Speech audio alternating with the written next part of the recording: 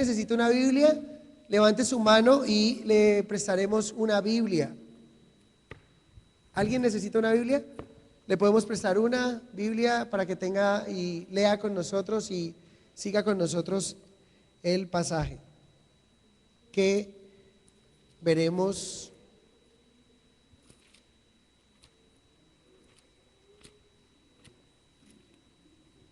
Marcos capítulo 14.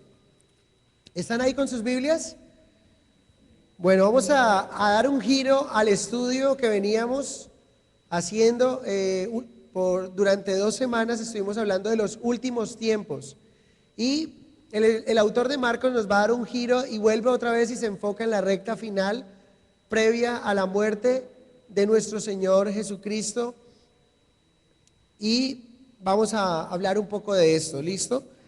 Capítulo 14, versos 1, hoy vamos a estar estudiando hasta el verso 9. Capítulo 14. 2 días después era la Pascua y la fiesta de los panes sin levadura, y buscaban los principales sacerdotes y los escribas cómo prenderle por engaño y matarle. Y decían: no durante la fiesta, para que no se haga alboroto del pueblo. Pero estando él en Betania, en casa de Simón el leproso, y sentado a la mesa, vino una mujer con vaso de alabastro de perfume de nardo puro de mucho precio, y quebrando el vaso de alabastro, se lo derramó sobre su cabeza. Y hubo algunos que se enojaron dentro de sí y dijeron: ¿para qué se ha hecho este desperdicio de perfume? Porque podía haberse vendido por más de 300 denarios y haberse dado a los pobres. Y murmuraban contra ella. Pero Jesús dijo: dejadla, ¿por qué la molestáis? Buena obra me ha hecho. Siempre tendréis a los pobres con vosotros, y cuando queráis les podréis hacer bien, pero a mí no siempre me tendréis. Esta ha hecho lo que podía, porque se ha anticipado a ungir mi cuerpo para la sepultura. De cierto os digo que cualquiera que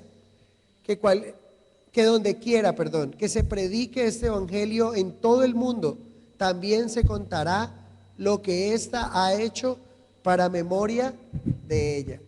Señor, yo te doy muchas gracias por tu palabra y quiero rogarte que en ese estudio sistemático de capítulo a capítulo, verso a verso, podamos encontrar el tesoro de tu palabra, tus valiosas enseñanzas, Señor, los principios que allí hay para nosotros. Hoy nos hablarás del contraste que hay de unos hombres que quieren matarte o querían matarte en esa época, y una mujer que te rindió adoración con todo su corazón. Señor, queremos tomar el ejemplo de María. Háblanos a través de esa mujer, háblanos a través de su corazón, de lo que hizo y cómo manifestó su adoración públicamente hacia ti. Te pido, Señor, que hables a nosotros en el maravilloso nombre de tu Hijo Jesucristo. Amén. En el capítulo 13 terminamos un estudio acerca de los tiempos finales y un estudio acerca de la segunda venida de nuestro Señor Jesucristo, que es algo que creemos como iglesia doctrinal, ¿sí? La segunda venida de Jesús es inminente. Él regresará tanto por su iglesia como con su iglesia, y a una de ellas se llama rapto y la otra se llama segunda venida. Jesús habló a sus discípulos acerca de esto, pero él dijo que tenía que ocurrir unas cosas antes de que su segunda venida se hiciera patente. Una de las cosas que nos dijo fue la abominación desoladora. Hablamos un poco de ella. ¿Dónde será la abominación desoladora? En el templo de Jerusalén, templo que no existe, pero que tiene que ser en Jerusalén. La nación de Israel debería existir, y la nación de Israel no existe sino hasta hace 80, 90 años atrás.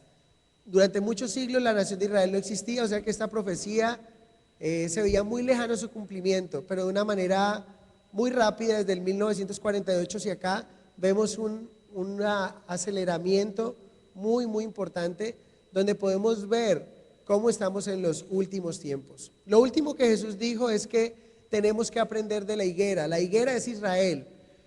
Nosotros, si queremos entender los tiempos finales, necesitamos tener y no perder de vista a la nación de Israel. Todo lo que pase con Israel, usted debe estar atento. Todo lo que usted escuche que pasa con Israel, inmediatamente debe prestar mucha atención, porque lo que pase con Israel, inmediatamente te puedes ir a la Biblia y encontrar que hay un cumplimiento. Quiero que veamos una de las noticias más recientes.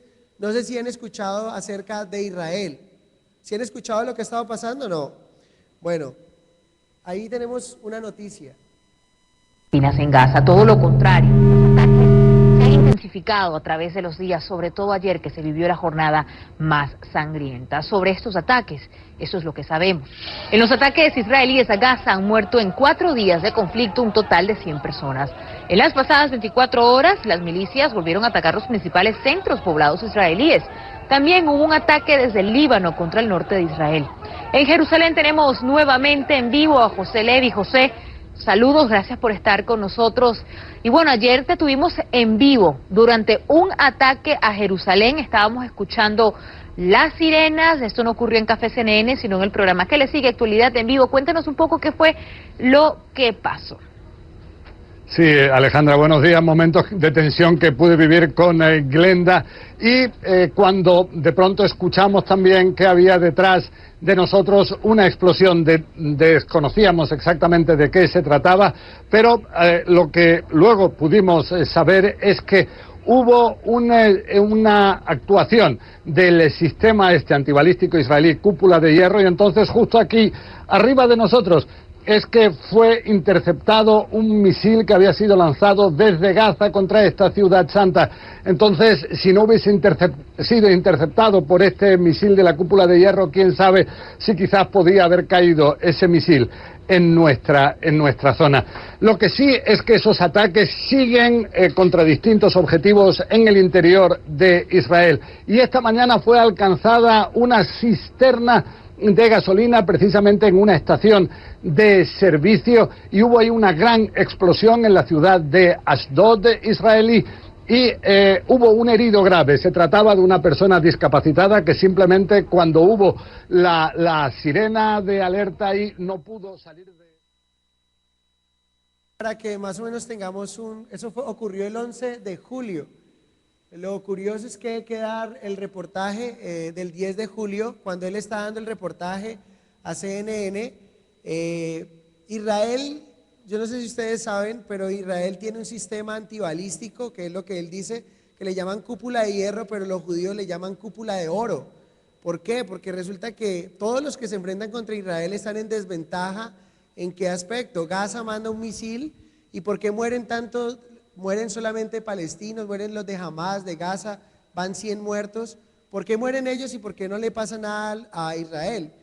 Resulta que ellos tienen ese sistema antibalístico y lo que pasa es que cada vez que Gaza envía un proyectil, un misil, inmediatamente las sirenas suenan, la población civil en Jerusalén y todo el mundo tiene desde 30 segundos hasta un minuto, minuto y medio para buscar cambuche, que ellos ya han... unas trincheras donde ahí se hacen por si llega a impactar el proyectil, pero lo que tienen es que en el aire ellos pueden destruir esos proyectiles.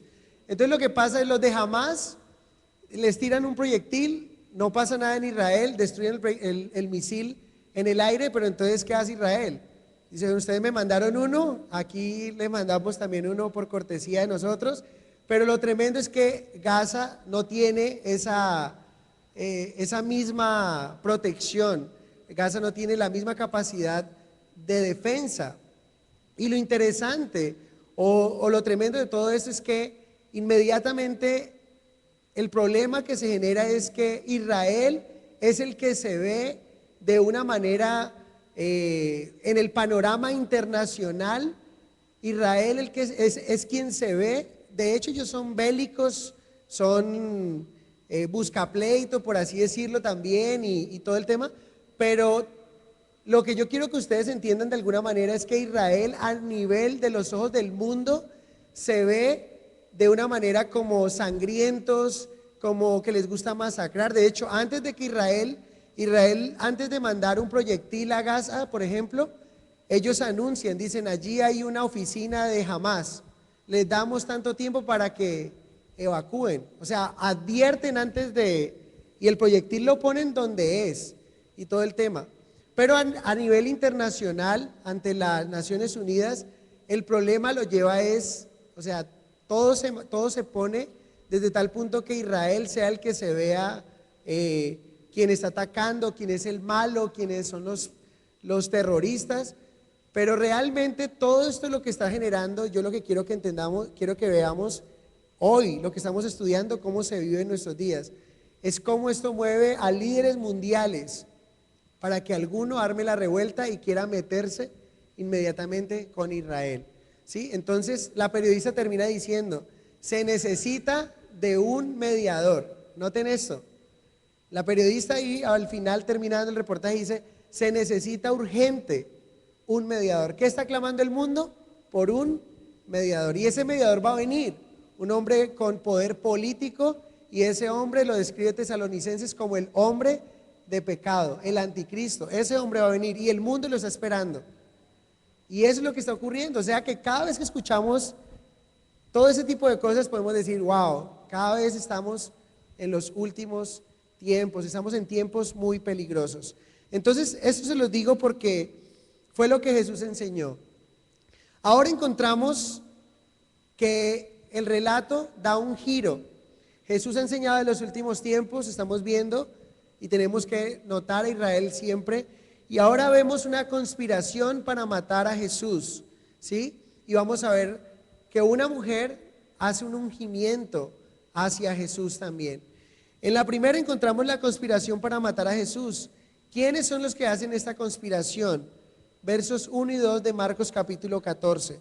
2 días después era la Pascua y la fiesta de los panes sin levadura, y buscaban los principales sacerdotes y los escribas cómo prenderle por engaño y matarle, y decían, no durante la fiesta, para que no se haga alboroto al pueblo. Los que querían matar a Jesús, este plan lo han tenido desde que Jesús sanó al paralítico, desde mucho antes. Tienen un deseo por matarle. Han intentado desacreditarle para poder matarle de una manera justa, pero lo único que han conseguido cuando han querido desacreditar a Jesús hasta ahora con él las preguntas, es que lo único que han conseguido es que Jesús, su popularidad y su credibilidad, y que la gente empiece a maravillarse de él, es lo único que han conseguido. Los sacerdotes o los líderes religiosos caen en cuenta de algo. Está cerca la Pascua, 2 días antes de que esto ocurra va a ser Pascua. ¿Qué pasa con la Pascua? ¿Qué es la fiesta de la Pascua? La fiesta de la Pascua es una de las fiestas más importantes para los judíos, junto con la de los tabernáculos.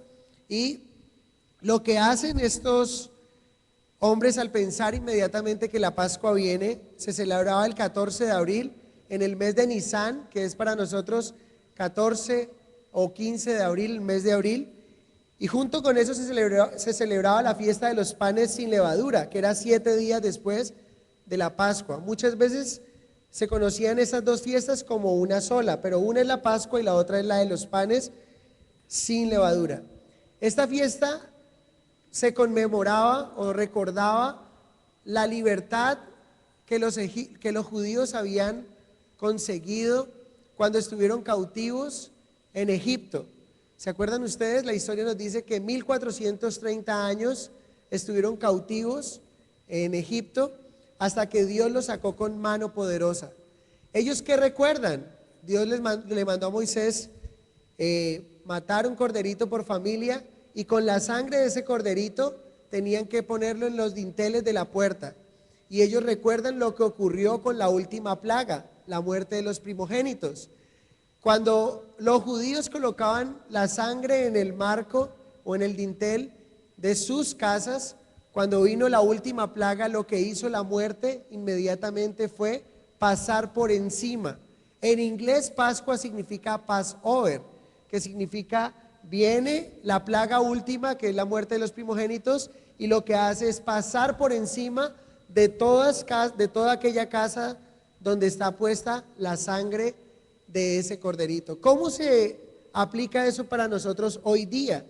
¿Sí? Cristo ha muerto como el cordero sin mancha, el cordero de Dios que quita el pecado del mundo, y todo aquel que recibe a Cristo es como si estuviese su vida, una marca que es la sangre de Cristo, la que Él derramó en la cruz del Calvario.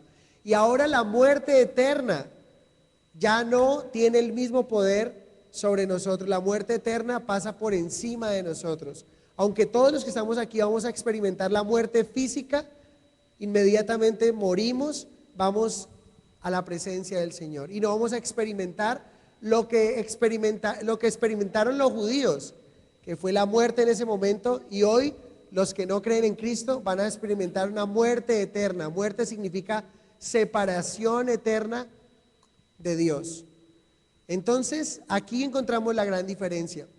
Pero la Pascua era algo especial, por lo cual ellos hablan aquí. La Pascua, ellos dicen, no durante la fiesta para que no se haga alboroto del pueblo. Resulta que la Pascua, al ser una fiesta importante, también era una fiesta obligatoria para los judíos de 20 años que vivieran a 15 millas alrededor de Jerusalén.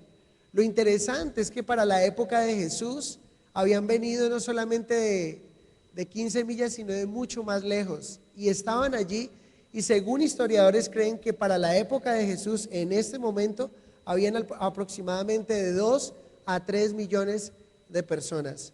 Los sacerdotes, los líderes religiosos, cada vez son más astutos con cada paso que quieren dar, y ellos dicen, no vamos a hacer esto justo cuando, primero vamos a hacer algo a escondida, algo amañado, estaban buscando falsos testigos para Jesús, y ellos no iban a arriesgarse de que el pueblo, ellos lo que querían era que el pueblo terminara acusando a Jesús para matarle, pero no que terminaran en contra de ellos. Entonces ellos se quieren cuidar y dicen, no en la Pascua, porque es cuando más personas vienen. Entonces, lo interesante de esta porción aquí es ver la necedad de los religiosos, ¿sí? Ellos están cuidando de los ojos del hombre o tienen temor de los hombres, pero no sienten temor alguno de lo que van a hacer delante de Dios. Lo que quieren hacer es matar a Jesús, al Hijo de Dios. La Biblia dice en los 10 mandamientos que matar es pecado. Y noten ustedes cómo opera un religioso. Un religioso está más dedicado a qué piensa el hombre de mí, a que lo que Dios piensa de mí. Por eso antes de pecar, lo que un religioso haría es mirar a un lado, mirar al otro, si le están viendo, pero se le olvida que Dios le estaba viendo. ¿Sí? Ellos se quieren ocultar de la multitud, ellos se quieren guardar de la multitud de las personas, pero no se están guardando de lo que Dios dice en su palabra. Ayer tuve la oportunidad de compartir con un hombre líder religioso de la iglesia tradicional y estuvimos hablando acerca de mi fe y de su fe. Y llegó un momento donde pude confrontarle acerca de su fe con la Biblia. Y le preguntaba, bueno, ¿y qué piensas o qué creen ustedes o qué crees tú acerca de la Biblia, de María? Y él me dice, yo creo de María absolutamente todo lo que la iglesia cree de ella, todo lo que tú sabes que la iglesia cree de María, hablando de la iglesia tradicional. Yo le dije, bueno, pero ¿qué crees tú de María? Y me dijo absolutamente todo. Y le dije, ¿qué dice la Biblia acerca de María? ¿Dónde tú encuentras que la Biblia llame a María como una corredentora? ¿Dónde tú encuentras en la Biblia que María sea llamada como una mediadora entre Dios y los hombres? Niega totalmente lo que dice 1 de Timoteo capítulo 2 verso 5, que el único mediador entre Dios y el hombre es Jesucristo, hombre. Y entonces cuando tú te encuentras esto, ahora digamos que ella intentó mediar en algún momento. ¿Cuándo intentó mediar María? María intentó mediar en las bodas de Caná, intentó pedirle a Jesús que hiciera algo por ese matrimonio que se había acabado el vino. Jesús le respondió, ¿qué tienes conmigo, mujer? Aún no ha llegado mi hora. Y las palabras de María hacia los meseros es: haced todo lo que os dijere. Hagan todo lo que Jesús está diciendo. Y cuando le digo a este hombre esto, inmediatamente lo que me dice es: sí, pero la iglesia dice esto. Y yo le digo a él: no me digas qué dice la iglesia, yo quiero que tú me respondas qué dice tu Biblia. Y él volvía y me decía: no, pero es que lo importante es lo que dice la iglesia. Y me dijo: yo me baso en 3 cosas. Uno, la palabra de Dios. Lo segundo, la tradición.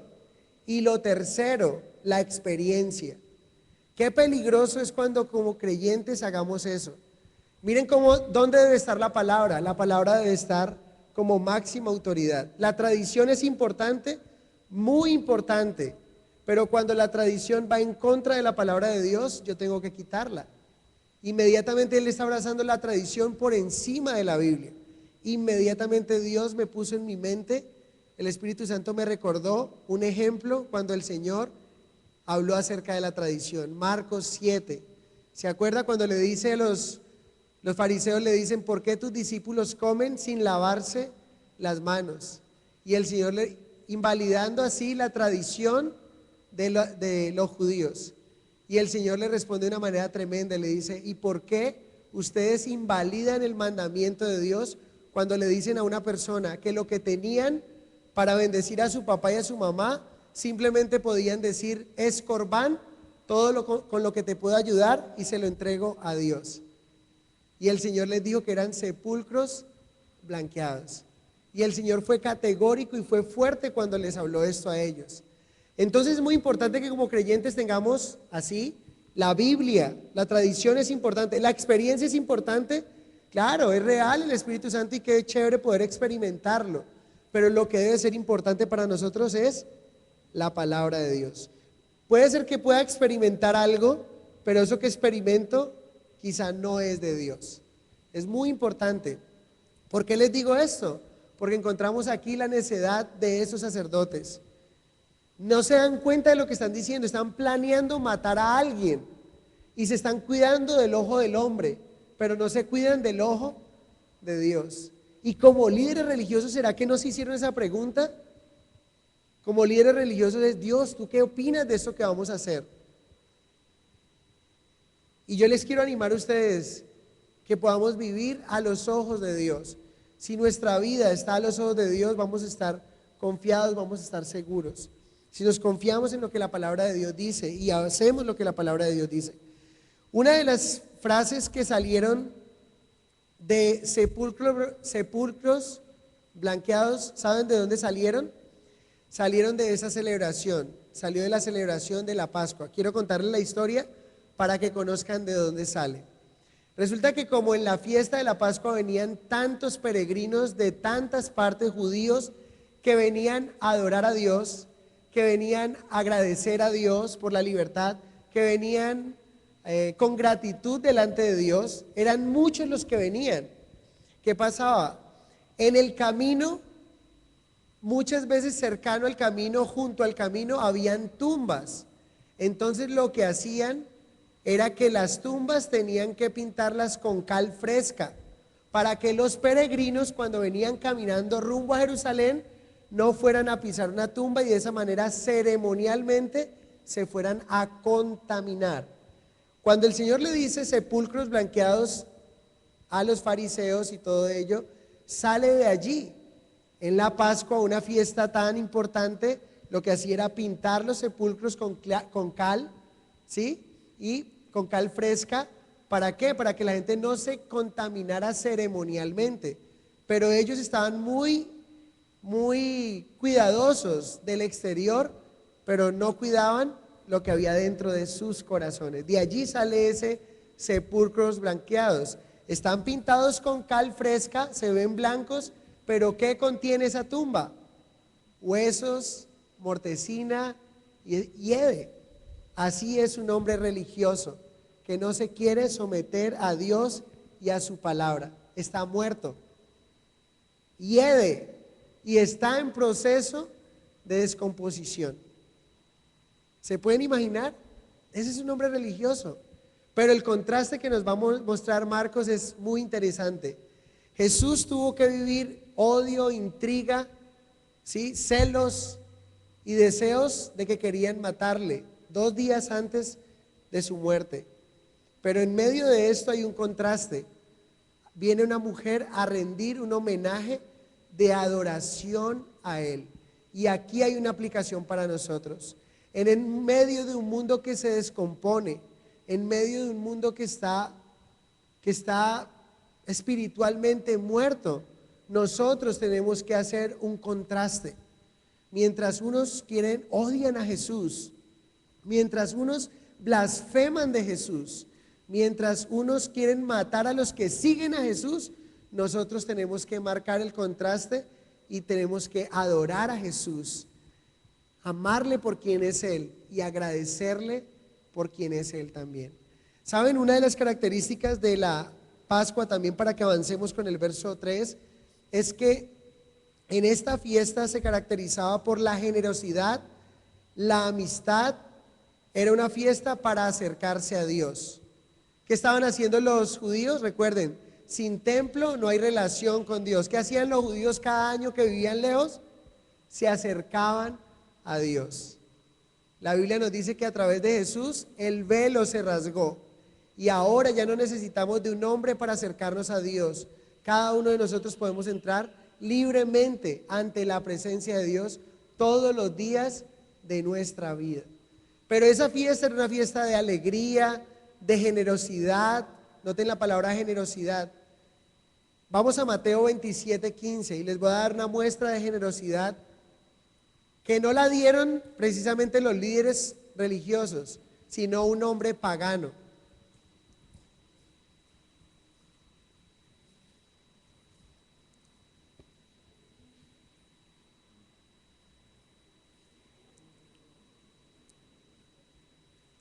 Dice allí Mateo 27:15, ahora bien, en el día de la fiesta acostumbraba el gobernador soltar el pueblo un preso, el que quisiesen.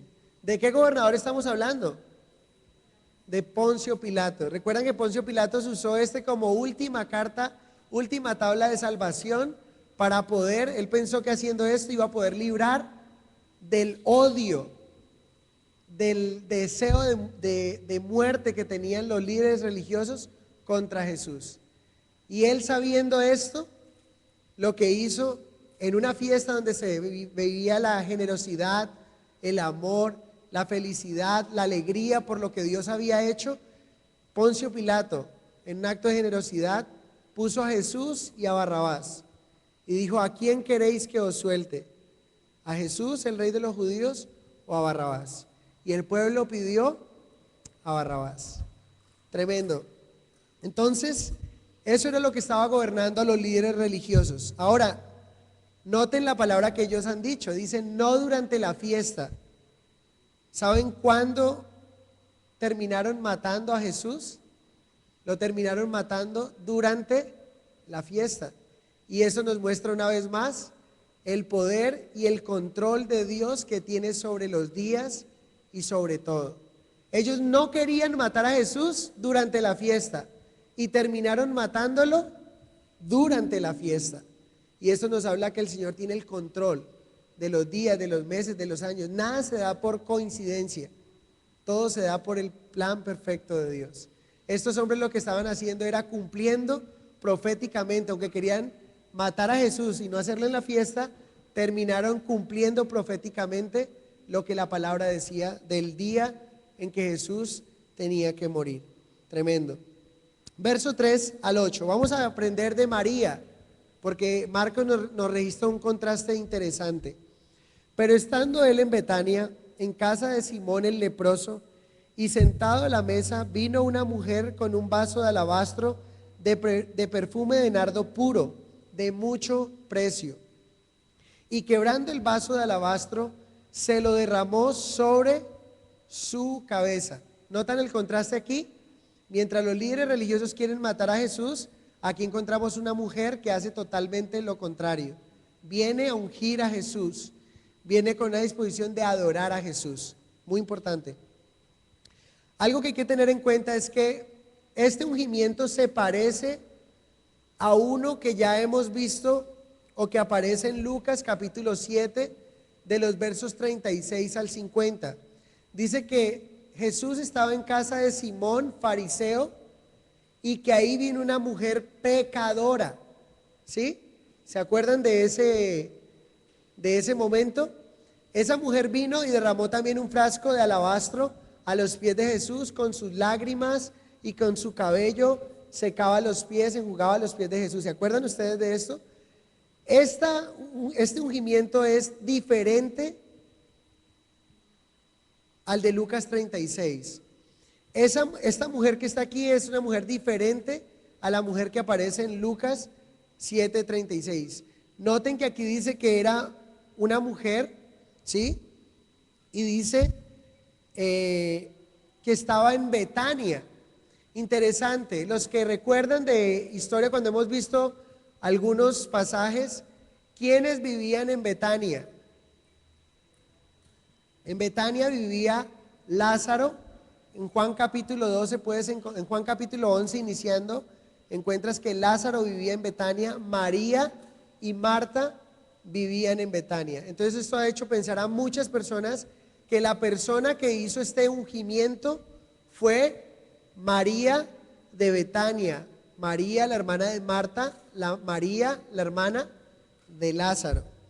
Interesante porque cuando comparamos los dos ungimientos vemos a una mujer que vino con una actitud de arrepentimiento, y ese es un buen motivo para venir a Jesús, cuando nos arrepentimos y le adoramos a Él y venimos y nos rendimos porque reconocemos que somos pecadores. Pero la segunda forma de estar a los pies de Jesús y venir delante de Él en adoración es cuando venimos por agradecimiento, ¿sí? Venimos y le decimos: Señor, yo quiero honrarte y te agradezco por lo que has hecho en mi hermano. Te agradezco por lo que has hecho en mi esposo, en mis hijos. Te agradezco por lo que has hecho en mi propia vida. Si esta María es María, la hermana de Marta, María, la hermana de Lázaro, significa que esa mujer vino con una actitud de agradecimiento a ungir a Jesús. ¿Qué derramó a Jesús? Dice que derramó un frasco de perfume costosísimo y lo derramó en su cabeza. ¿Recuerdan uno de los regalos de hospitalidad? ¿Cuál eran?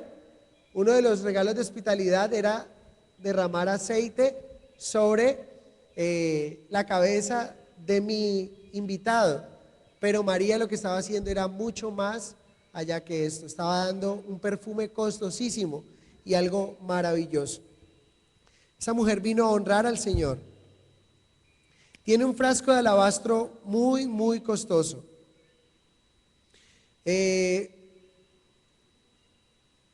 ¿Qué hizo que ella comprendiera de alguna manera para hacer esto?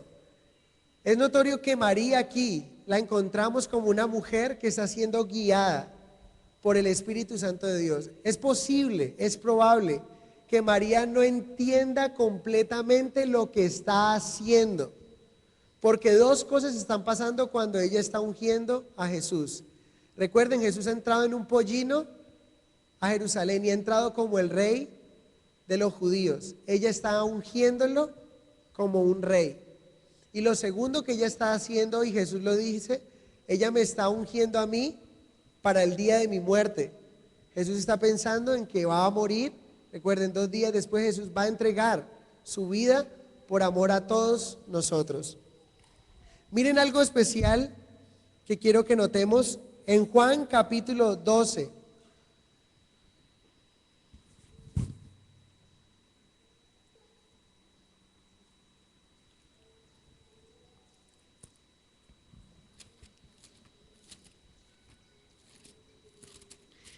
En Juan capítulo 12, el verso 3 dice: entonces María tomó una libra de perfume de nardo puro, de mucho precio, y ungió los pies de Jesús y los enjugó con sus cabellos, y la casa se llenó del olor del perfume. Hasta allí. Entonces estamos viendo una mujer que está ungiendo a Jesús de una manera muy, muy especial. ¿Qué hizo que esta mujer pudiera comprender lo que estaba haciendo o ser guiada como lo estaba haciendo? ¿Saben? Hay una característica en la vida de María que siempre se habla de ella. ¿Recuerdan? hay una característica donde siempre encontramos a María, y eso es lo que hace que ella marque la diferencia con su hermana. ¿Qué hizo María diferente a su hermana Marta? ¿Sí? María, en Lucas 10:39 dice, esta tenía una hermana que se llamaba María, la cual sentándose a los pies de Jesús, oía su palabra. Si tú quieres ser un discípulo que marque la diferencia con otro discípulo, ¿sabes qué necesitas? Necesitas valorar estar a los pies de Jesús. ¿Y saben qué significa estar a los pies de Jesús?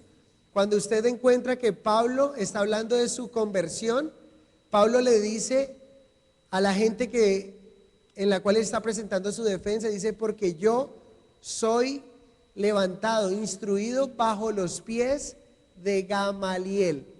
Y por eso Pablo se convirtió en un tremendo religioso. Pero vemos a María una tremenda adoradora.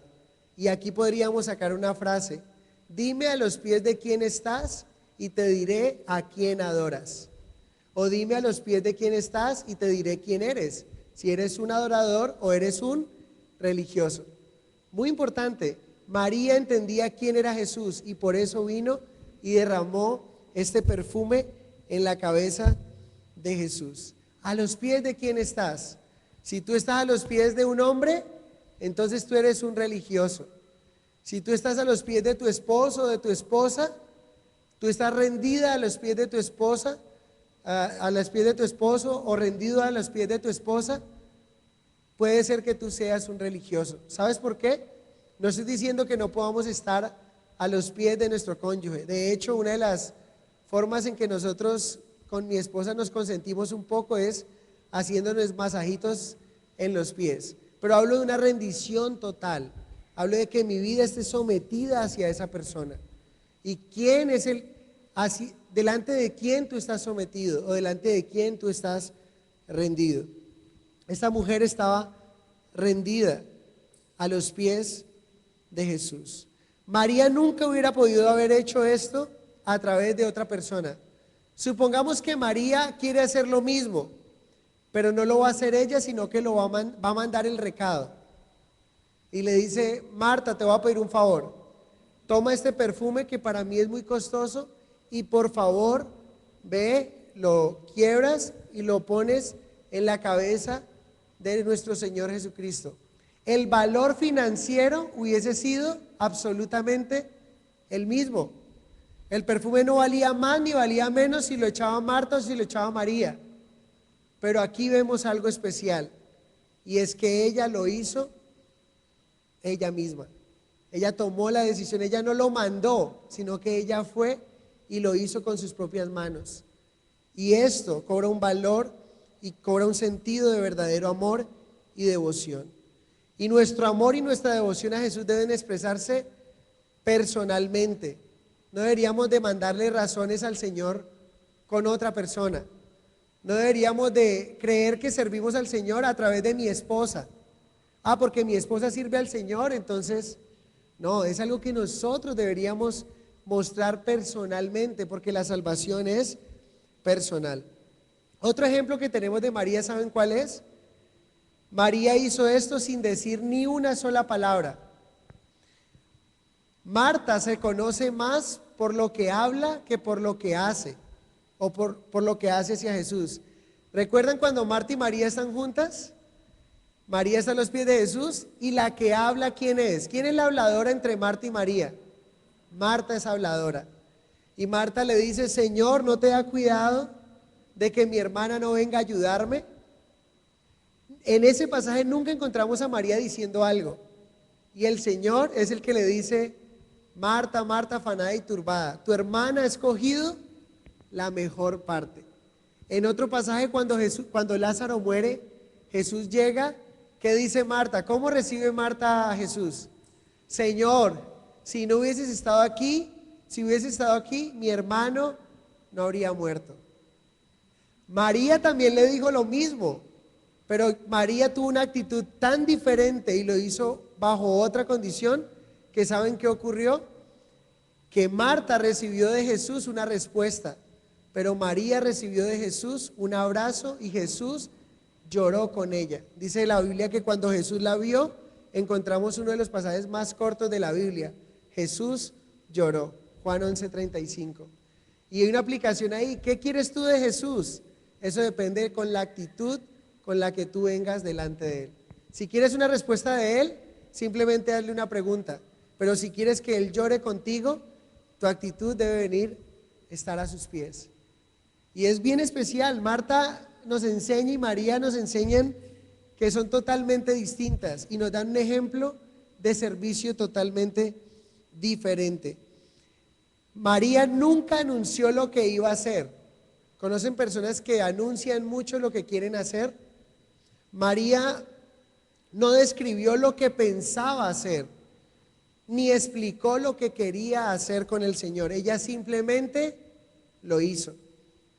A veces conocemos personas que hablan mucho de lo que quisieran hacer por el Señor, pero se quedan cortos, porque simplemente eso se queda en buenos deseos, pero no terminan haciendo absolutamente nada. María es un ejemplo de una mujer que se coloca algo para hacer, quiere hacer algo y termina llevándolo a cabo. No quedó simplemente en un deseo. Tan bonito sería, imagínense que María si hubiese pensado, con ese perfume lo tenía, era costoso, y hubiera quedado, bueno, ¿qué pasaría si yo le llevo esto al Señor? Pero se le presentó algo y se le olvidó y nunca lo hizo. Y ella hubiera quedado con el deseo de decir, si yo hubiera hecho esto con el Señor. ¿Sí conocen si han escuchado algunas veces esa frase? Cuando queremos hacerlo muchas veces es demasiado tarde. Pero María fue una mujer que nos enseña diligencia en el momento de servir al Señor. Si todos pudiéramos hacer más y hablar menos, esto sería una gran bendición para nosotros mismos. Esta mujer vino a Jesús y no vino con las manos vacías, vino con lo mejor que tenía. Y también la pregunta para ti es, ¿cómo estás viniendo al Señor? ¿Qué le estás dando tú al Señor? ¿Recuerdan lo que dice el rey David a su siervo Araúna en 2 de Samuel, capítulo 24, verso 24? Cuando David quiere adorar a Dios y el siervo Araúna le dice, mi rey, aquí está el terreno, aquí está todo para que le dé sacrificio a Dios, para que adore a Dios. Y David le responde, dice, no, porque no daré sacrificio a Jehová mi Dios que no me cueste.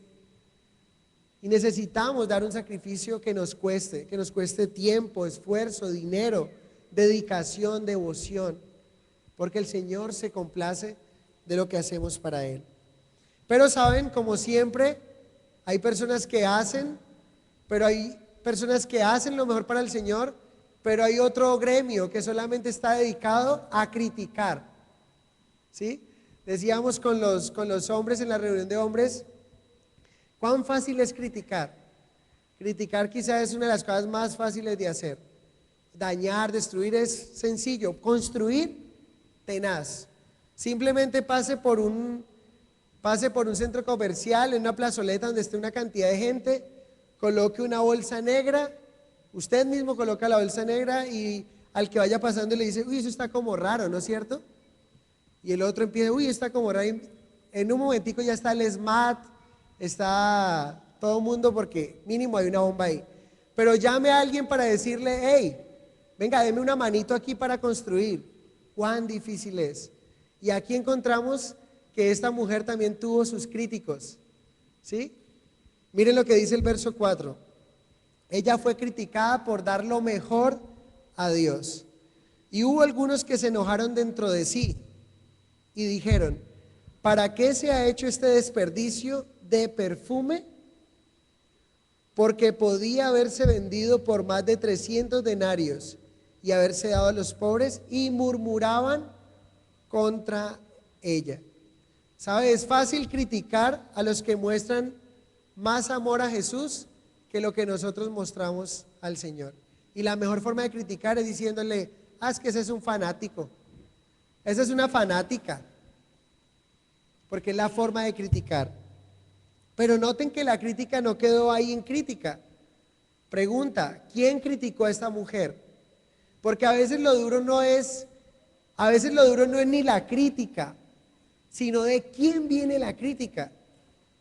¿Pueden responder algunos de ustedes de dónde vino la crítica? ¿Quién fue el que criticó? ¿Pueden saberlo? ¿Pueden decirlo? ¿Alguien puede decirme quién? ¿Quién?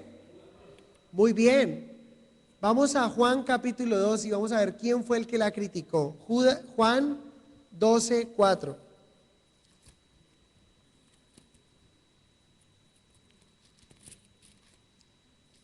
Miren lo que nos dice aquí, Juan 12:4. Y dijo uno de sus discípulos, Judas Iscariote, hijo de Simón, el que le había de entregar, ¿por qué no fue este perfume vendido por 300 denarios y dado a los pobres? Pero dijo esto no porque se cuidara de los pobres, sino porque era ladrón y teniendo la bolsa sustraía de lo que se echaba en ella. O sea, en pocas palabras, este que criticó, no criticó realmente porque él estuviera diciendo algo de corazón, sino porque él estaba más interesado en que se le perdió una oportunidad más para robarse otra parte del dinero que tenía la administración. Tenaz este hombre. Pero ¿saben algo? Miren lo tremendo aquí. El que la critica, aquí en este pasaje nos dice que es Judas. Pero en Marcos dice, y hubo algunos. Significa que Judas pudo haber empezado, pero el resto de discípulos se le unieron. Y de la crítica, ¿saben qué terminaron haciendo? Murmuración. Verso 5. Y murmuraban contra ella. Y aquí hay una enseñanza. Cuán peligroso es que una crítica termine siendo una murmuración y puede terminar destruyendo una vida, una familia, una iglesia, una sociedad. Tremendo, ¿no? Una crítica de alguien que no vino con el corazón correcto, porque su corazón simplemente era que era un ladrón y por eso fue que criticó. Y mucha gente a veces critica, es porque no quieren dar nada al Señor, no quieren servir. Entonces la mejor forma es criticar y dinamitar lo que se está haciendo. Tremendo. Tremendo, ¿saben qué más? Esta mujer, imagínense María, no aparecen aquí registradas las palabras de María.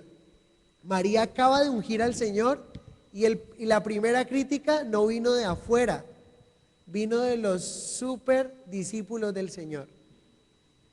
Y eso nos muestra una ilustración como aún un seguidor de Jesús, quizá alguien muy, un líder espiritual, puede estar tan equivocado con su apreciación. Y por eso nuestro servicio debe ser a los ojos de Dios y pensar y saber que lo que Dios piensa de mí es correcto y que lo que estoy haciendo es correcto según la palabra de Dios. Porque si yo coloco mi servicio al ojo del hombre, imagínense que él esté equivocado y me critique y yo termine llevándome una carga de culpa con lo que hice. Afortunadamente, este pasaje no termina allí porque el Señor la defiende. María no se defendió por sí misma. Otra cosa que aprendemos de María. ¿Qué hace usted cuando lo critican? Quizá puede perder su bendición de haber hecho algo tan bueno, pero lo que hizo con su mano derecha la borra con la izquierda porque quizá alguien le dijo algo y usted por su reacción, por quererse defender, termina ofendiendo y dañando esa obra especial, manchando esa obra que usted inició, una obra de amor, una obra con su corazón. ¿Escuchan de María algo allí? Absolutamente nada. Muchas veces tenemos que quedarnos, o la gran mayoría de veces, o siempre, lo que deberíamos de hacer es quedarnos callados y que el Señor nos defienda y que el Señor sea que tome partido y que el Señor sea el que apruebe, como aprobó a Caín, como aprobó a Abel y desaprobó a Caín. 2 ofrendas fueron puestas en el altar y el Señor se agradó de una y no miró con agrado la ofrenda de Caín. Muy importante. ¿Qué habla la Biblia acerca de la murmuración? La Biblia habla que es un pecado terrible. En Romanos 1:30 es contado con los detractores, aborrecedores de Dios, injuriosos, soberbios, altivos, inventores de males, desobedientes a los padres. Ese era Judas, un detractor, un aborrecedor de Dios, porque no solamente no lo hizo porque tuviera un buen corazón, lo hizo porque él quería extraer de ese dinero parte de allí. Cuando usted decide dar lo mejor a Dios, habrá quien le critique, porque la gente está acostumbrada o mal instruida de Dios, muchas veces que es Dios quien tiene que darle a usted. Entonces es muy importante tenerlo en cuenta. ¿Saben qué es lo tremendo de esta crítica? ¿Qué palabra les parece? Hay una palabra que yo leo allí que me golpeó cuando lo leí. Y hay gente que ve así el servicio a Dios. ¿Cómo lo vieron? ¿Saben? Ellos ven a esta mujer derramando hacia Jesús y ¿saben qué? Inmediatamente ella lo está haciendo. Ahí esos discípulos están viendo lo que ella está haciendo con Jesús como un desperdicio. Hay gente que ve venir a la iglesia, es un desperdicio. Hay gente que critica a los que servimos a Dios y nos dice, ustedes están perdiendo, habiendo estudiado tanto, habiendo hecho, qué desperdicio, porque le entregamos nuestra vida a Jesús. ¿Saben? Lo tremendo de esta palabra desperdicio, ¿saben qué significa? Esta palabra desperdicio es traducido perdición y es la misma palabra que usa Jesús en Juan 17:12 cuando dice, Padre, ninguno de los que me diste se perdió, ninguno de los que me diste se desperdició, solo el hijo de perdición. Y aquí hay una aplicación tremenda. Judas criticó a María o a esta mujer diciendo que era María por haber derramado un perfume de mucho valor, pero él, por haber desperdiciado un perfume de mucho valor, cuando él se desperdició completamente al irse en el camino de perdición. Tremendo, ¿no? Desperdicio igual perdición. Judas criticó a María por perder dinero, pero él perdió toda su vida. Verso 6. Pero Jesús dijo, dejadla. ¿Por qué la molestáis? Me encanta que nuestro Señor no se queda callado ante lo que esos hombres injustamente estaban haciendo. Si Jesús hubiera permitido esto, quizá María hubiese salido frustrada, ¿no? Como con una culpa, diciendo, pero ¿por qué me dijeron esto si yo lo estoy haciendo para el Señor? Quiero hacer lo mejor para Él. Y Él está diciendo, ¿por qué la molestan? Buena obra me ha hecho. Para los hombres las acciones de esta mujer eran de condenar, pero para Dios eran acciones dignas de alabar. Y Jesús dice, no la molesten, ella ha hecho lo mejor. ¿Saben qué significa ahí buena obra? La palabra buena obra significa obra hermosa, algo apropiado. ¿Saben algo?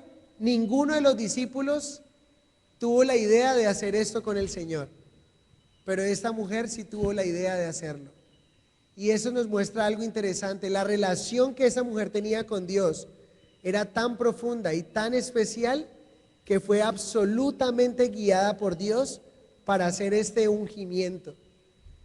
A tal punto que Dios honró lo que esta mujer hizo y lo sigue honrando hoy día. Ninguno de los discípulos, aunque estuvieron allí, aunque caminaron con Jesús, recuerden, ellos tenían una mente todavía muy natural. Pero esta mujer en ese ungimiento hizo dos cosas. Lo ungió como rey, pero también lo está ungiendo para el día de su sepultura, para el día de su muerte. Es increíble cómo una persona puede ser tan guiada por Dios para hacer esto. Quizá ella no lo entendía en su totalidad, pero estaba siendo totalmente guiada por Dios. Y ella comprendió lo que sus discípulos, lo que los discípulos de Jesús no llegaron a entender, porque estaban criticándola. Vean el verso 7. Siempre tendréis a los pobres con vosotros, y cuando queráis les podréis hacer bien, pero a mí no siempre me tendréis. Deuteronomio 15:11 dice que los pobres siempre estarán con nosotros. Eso dice Deuteronomio 15. Lo interesante es que nosotros debemos ayudar a los pobres cuando hay necesidad, pero debemos de tener mucho cuidado de intentar eliminar los problemas de los pobres antes que la compasión. En pocas palabras, nosotros lo que tenemos que tener y lo que debemos de pedirle al Señor es compasión, pero que nuestra compasión no nos lleve o que intentemos nosotros de alguna manera solucionar un problema que siempre va a estar. Jesús lo dijo. Hay personas que son pobres, como dice Pablo Tesalonicenses, dice que el que no trabaje, que no coma. Hay otros que están pasando necesidad o dificultad como consecuencia de decisiones en sus vidas, pero es parte de lo que debe estar allí. Nosotros debemos de tener mucho cuidado con querer eliminar ese flagelo, porque el Señor dijo, no podemos ser más sabios que Dios. Él dice, los pobres siempre van a estar y van a tener oportunidad de hacer el bien, pero a mí no me van a tener, porque Jesús estaba pensando en que iba a morir. Verso 8. Esta ha hecho lo que podía, pero se ha anticipado a ungir mi cuerpo para la sepultura. Me encanta el cumplido que el Señor le da a esta mujer. ¿Saben algo? Ella le ha hecho lo que ella podía. Y es bonito que el Señor le está diciendo, ella ha hecho algo que está a su alcance. ¿Recuerdan lo que hizo la viuda? El Señor también habló de la viuda pobre que echó un cuadrante. Y Jesús alabó la ofrenda que ella echó en las arcas. Y noten algo, Jesús nunca nos pedirá a nosotros algo más allá de lo que nosotros podamos dar. Pero escuchen esto con atención. Dios no espera de nosotros más de lo que tú puedes dar o hacer. Pero ten cuidado de poner la mira tan bajo que usted crea que no puede hacer nada. Perdón, que usted cree que no hacer nada es hacer lo que puede. Voy a volver a repetirlo. Dios no espera que tú des más de lo que puedes dar, pero ten cuidado de poner la mira tan bajo de que tú creas que no hacer nada es hacer lo que pueda. Hay personas que creen que no hacer nada, eso fue lo que pudieron hacer para el Señor. Pero la Biblia nos dice que absolutamente todos los que estamos aquí, dice la palabra, y Dios repartió dones a los hombres.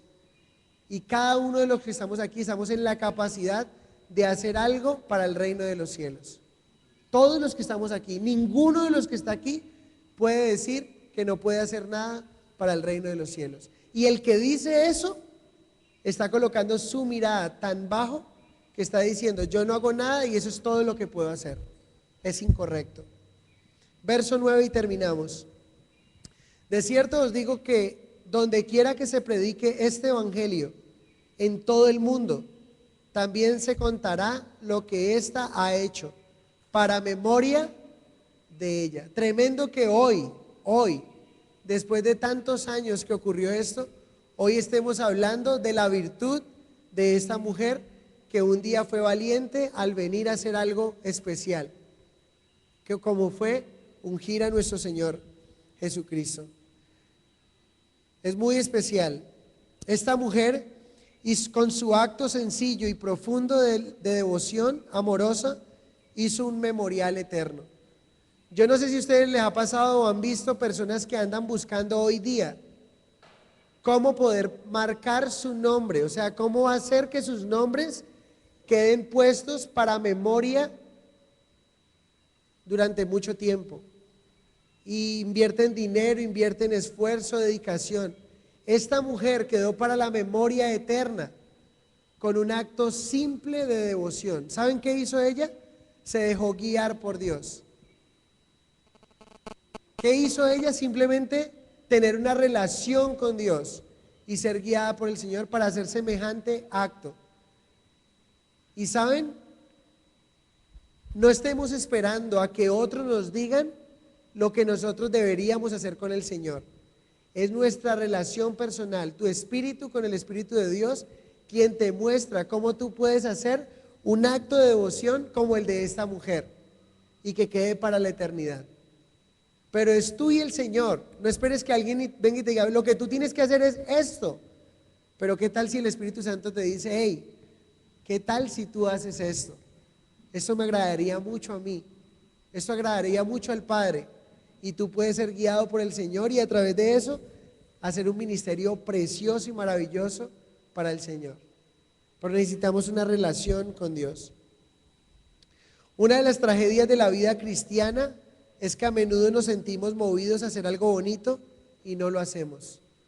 Esa es una de las tragedias más grandes que puede tener no solamente un cristiano, sino cualquier persona.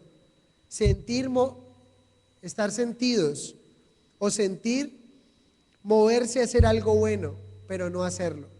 Simplemente dejarlo allí, un sentimiento.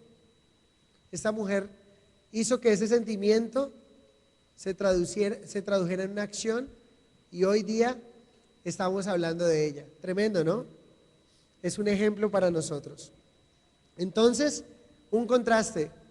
Unos hombres queriendo matar a Jesús y una sola mujer queriendo adorar al Señor. Fue criticada, fue murmurada, pero aún así el Señor respaldó lo que ella hizo para Él.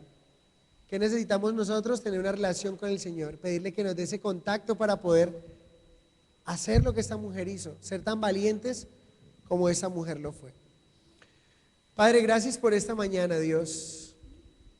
Gracias por este mensaje donde nos hablas de una manera muy especial el acto de adoración que tuvo esta mujer contigo, donde derramó lo más costoso, a pesar de que fue criticada, a pesar de que fue murmurada. No es una mujer que encontremos que haya respondido cosa alguna, simplemente fue movida por ti, por tu Santo Espíritu e hizo lo que debía hacer, pero fue criticada por aquellos hombres que en su celo desaprobaron lo que ella hizo. Pero qué bendición que tu palabra nos muestra que tú dejaste en alto, honraste lo que esta mujer hizo, porque tu palabra dice que tú honras a los que te honran.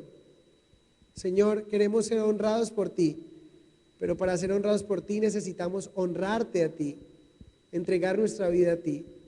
Una característica de esta mujer es que estuvo a tus pies, Señor. Queremos deleitarnos a tus pies y escucharte atentamente para ser verdaderamente discípulos tuyos. Gracias por este tiempo, Señor. Gracias porque nos hablas y nos recuerdas la importancia de venir a adoración a ti, de darte lo mejor, como esta mujer dio lo mejor que tenía a ti. Te lo pedimos todo en el nombre de Jesús y te damos muchas gracias. Te bendecimos. Amén. Quiero que nos coloquemos en pie, por favor, y vamos a tomar la cena del Señor en esta mañana. Y quiero leer 1 Corintios 11, donde nos habla la actitud correcta con la que debemos de tomar la cena del Señor.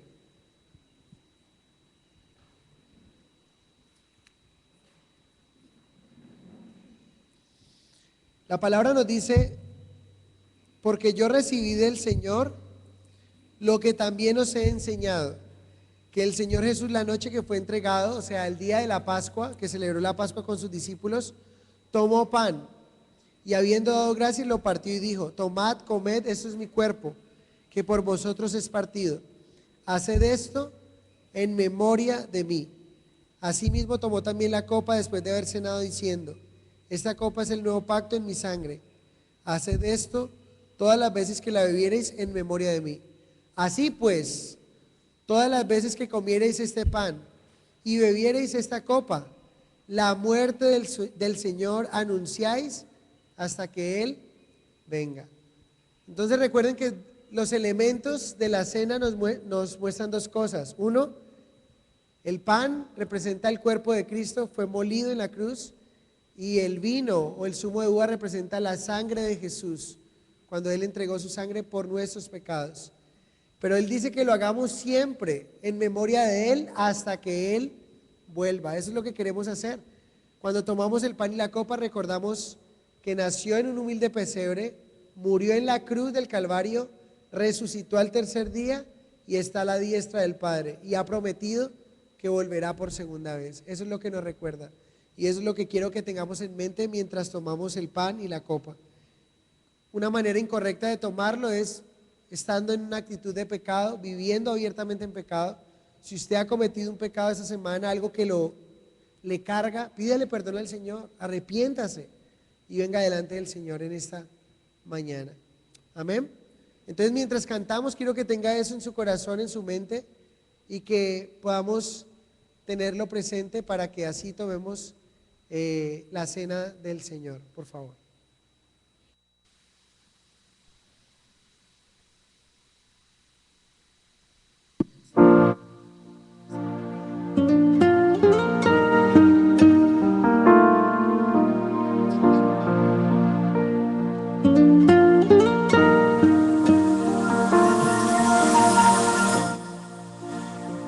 Tú eres mi respirar. Tú eres mi respirar, Dios, tu presencia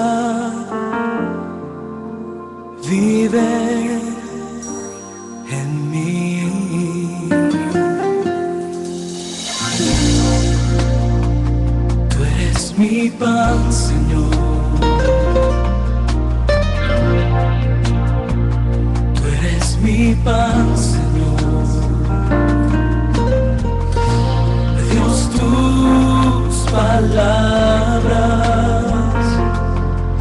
son para mí.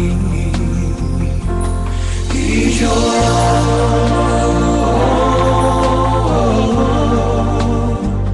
te anhelo, Señor.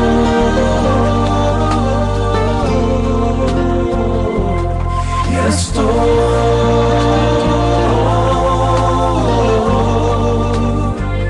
perdido sin ti.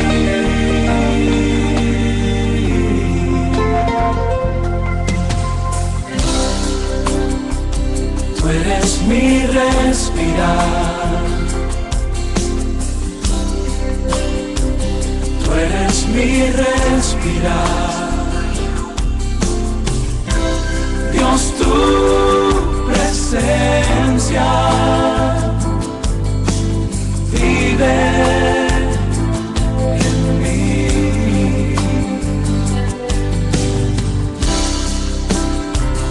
Tú eres mi pan, Señor. Tú eres mi pan, Señor. Dios, tus palabras son para mí. Y yo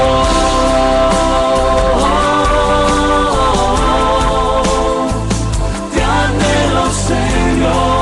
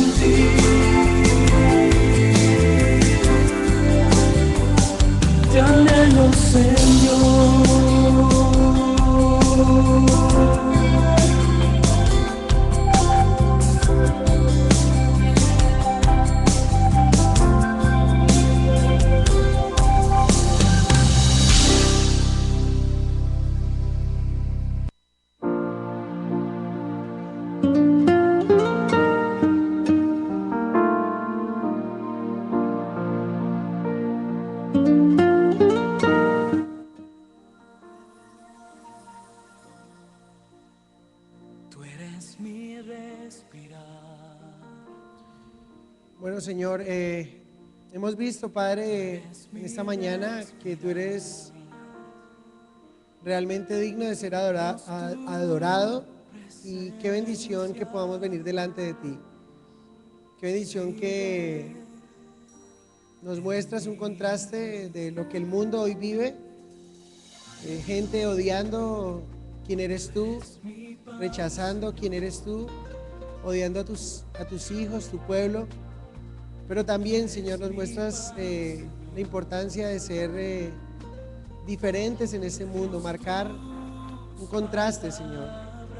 Gracias por cada uno de mis hermanos. Hoy recordamos lo que hiciste hace más de 2000 años en la cruz del Calvario, por amor a nosotros. Y recordamos, Señor, que el pan que tenemos en nuestra mano, Señor, así como tú fuiste molido en la cruz del Calvario por nuestros pecados, el trigo para convertirse en pan tiene que ser molido,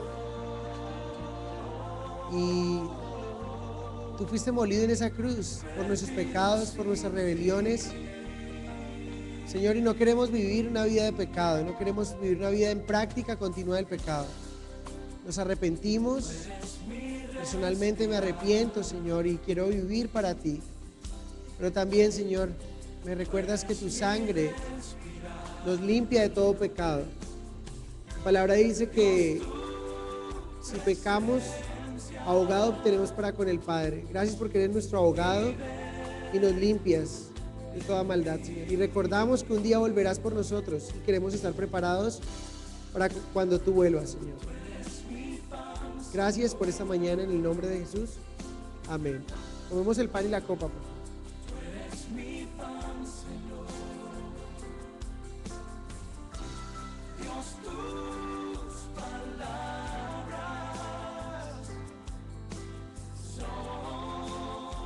Bueno, es una bendición y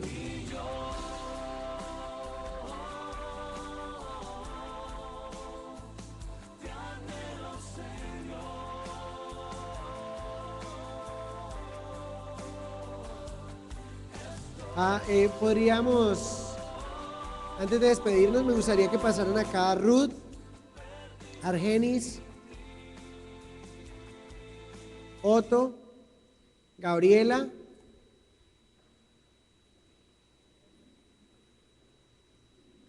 y si hay alguien más de esa semana de julio, ¿no? De los que cumplen esta semana. Si hay más la próxima semana, pues oraremos por ellos también. Pero esta es por lo de esta semana. Argenis el 15, ¿sí? ¿Tú el 4? ¿4 de julio? ¿De junio? Bueno, quédate aquí, oramos por ti. Gabriela y Otto, Alejandro, que está grandote.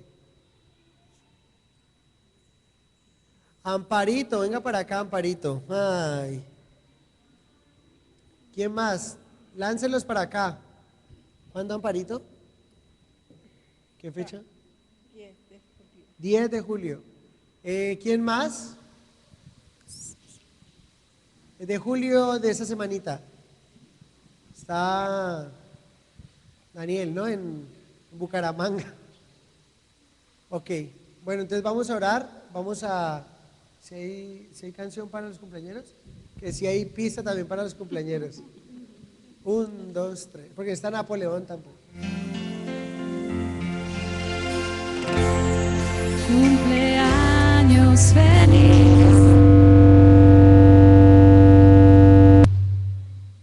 ¿Qué pasó?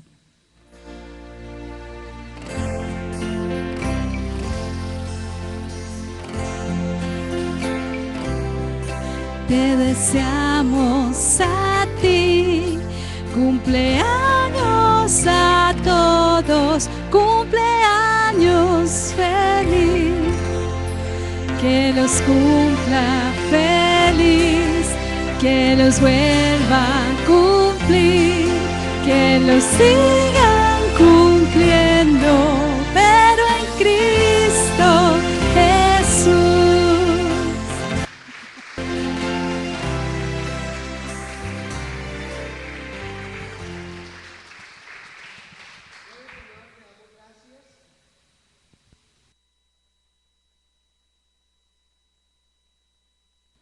Gracias por nuestros hermanos que esta semana han estado de cumpleaños, algunos, y queremos regocijarnos con ellos, pedirte que bendiga a señora Ruth.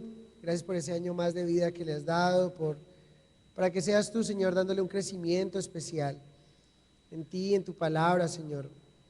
Concede esas peticiones que hay en su corazón acerca de su hija, de su familia, Señor. Gracias, Señor, por la vida de Argenis, por la oportunidad que cada día le permite seguir caminando contigo. Concédele esa petición, Señor, en su corazón también, de poder ver a su familia rendida a ti, Señor, a cada uno de los integrantes de la familia que le has dado, su nuevo nieto también. Dale esa oportunidad como abuela de instruir a su nieto, de bendecir a su nieto con tu palabra también.